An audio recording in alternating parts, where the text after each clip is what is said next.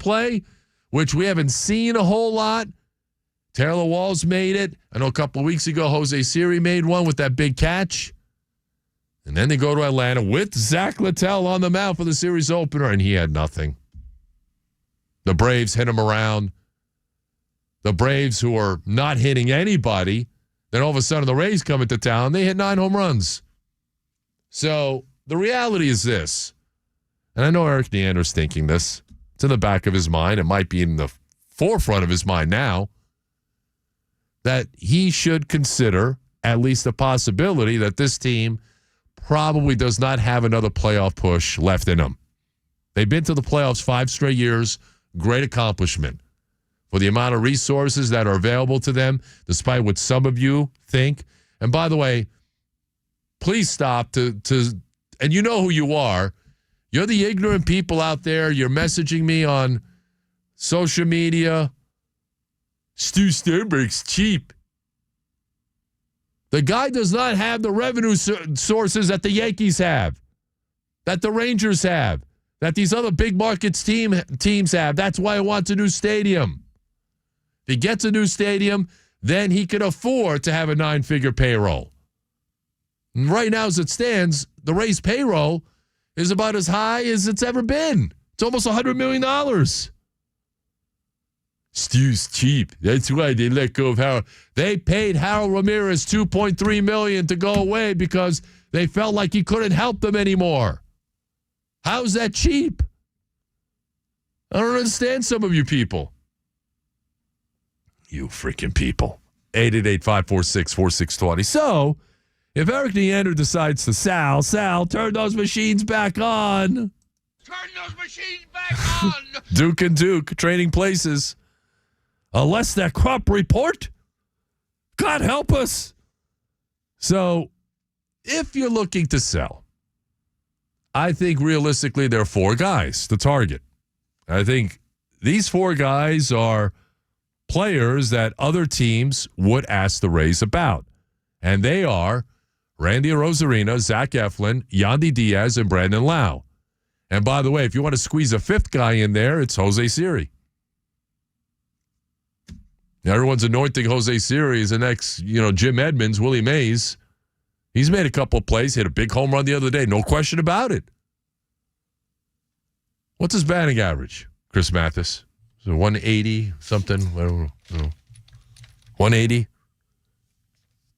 Look at Chris Mathis. He's just shuffling his papers. Yeah, bear with me. I am shuffling the papers. We're looking at papers, please. 204 right now. Ooh, 204. Yeah, It's a hot streak. His stock is high right now. It's a little higher than usual. And that's what the Rays would do normally.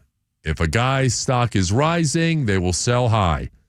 And his stock is rising. So if there's a 5th guy added to the mix, he absolutely would be the 5th guy. But those 4 other guys, and I mentioned why those 4 other guys would be on the block. Each specific situation is different, but obviously money and contracts are tied to each and every one of those guys. Randy Arozarena does have 3 more years of team control. So I think it's 2. It's at least 2. I think he's free agent 2027, 2028. He's approaching the age of 30, but Scott Boras is his agent, per my comments from like a month ago. Zach Eflin makes $18 million next season. You know the story there. You're going to get McClanahan back next season. You got Pepio, you got Taj. Jeffrey Springs will be back in a month. The Rays' rotation next year looks really formidable. And I think Zach Eflin would be the odd guy out because of the $18 million price tag. Brandon Lau's got a contract option for next year. I don't know if the Rays are looking to pick that one up. I would say no. And Yandy Diaz turns 33 in August. So that's why those 4 guys were mentioned. And then the 5th guy is a guy like Jose Siri. But what should the Rays be targeting in return? Because those guys have value. And they can bring back quite a bit in exchange.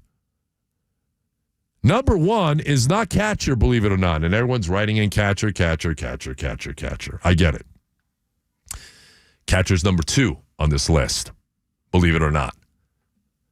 But my number one need for the Rays, if you really examine their major league roster and their minor league system, this team is in desperate need of a power-hitting outfielder. Think about it.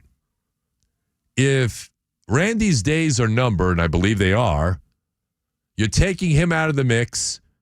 If Siri gets moved, Josh Lowe is the only guy left in that outfield, then you may have to play a Johnny DeLuca. You need to get somebody back in return who can hit, who can play a corner outfield spot. That shouldn't be too hard to find, to be quite honest.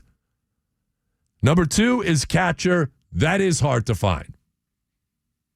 It's very rare. Catching is about as rare of a position as finding a good starting pitcher. That's how it is in baseball. There's not too many of those guys out there. Now, the reason why it's not number 1 on my list is down at Montgomery, the Rays' AA affiliate, the Rays do have a catcher that they like, and his name is Dominic Keegan. They drafted him in the 4th round a couple of years ago. He was a part of the Vanderbilt team that won the College World Series. He's good offensively. He's hitting .287. He's hitting almost .290 with 5 home runs so far this season down at AA in 50 games. So he projects to be a good offensive catcher. His defense is coming around. His arm strength is getting better. But Dominic Keegan down at AA could be your catcher of the future. And that could happen as soon as 2025. Now, you got Ben Rortvedt now. Rortvedt could be a hold the fort guy until Keegan is available. But if you want to go out and add to that position, go right ahead. If you can add another catcher to that position, I think the Rays would be quite prudent in doing so. So catcher is number 2 on my list. And number 3, I know this sounds really cliche, pitching. And Eric Neander will always add pitching.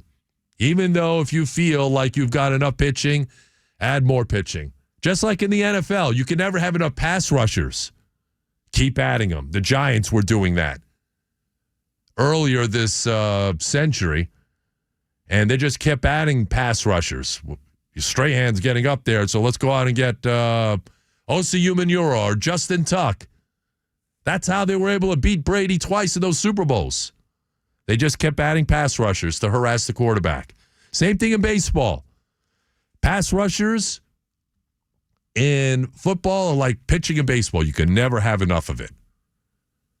So those are the 3 positions that I think the Rays, in my opinion, should be targeting.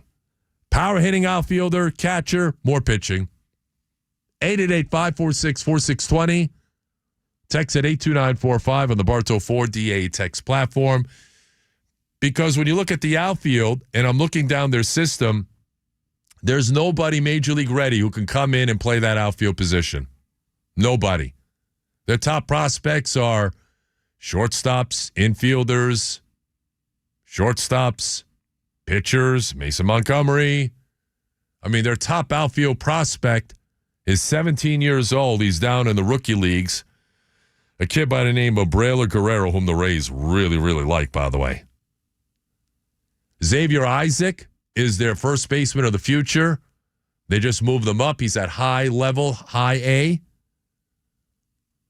Rays love him. He's 20 years old. Big-time power. Big-time talent. Carson Williams is their shortstop of the future.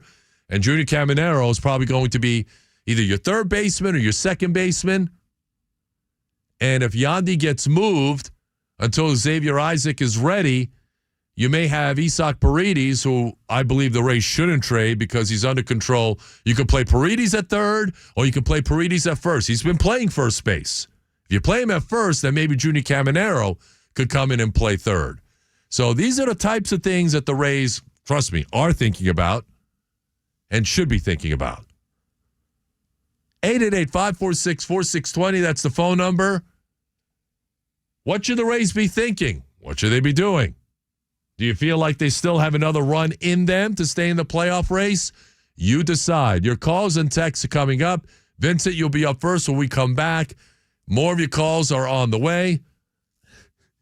Also on the way, injury news in Major League Baseball. A big blow to a World Series contender. good injury news for another World Series contender, which is actually bad news for the Rays. I'll explain that next here on The Drive. You're tuned in to The Drive with TKras. Guys, the summer is here. The summer event is going on right now at all 3 Moss Nissan locations. I love them. I bought my last 2 vehicles over at Moss Nissan.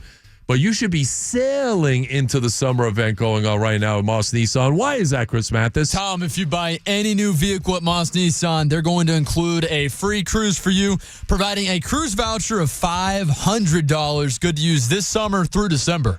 You got to be kidding. That's a great deal. Over at Moss Nissan, their goal is to never lose your business over price.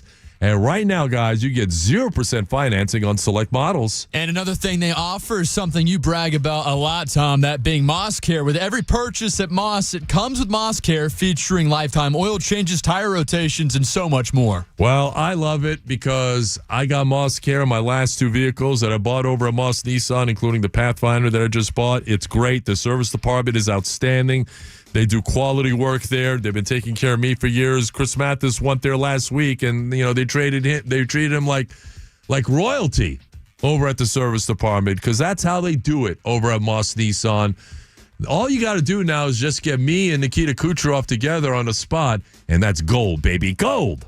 So visit them, North Tampa, Newport Richie, or up in Brooksville, or online at mossnissan.com. That's mossnissan.com. Moss Nissan, whatever it takes.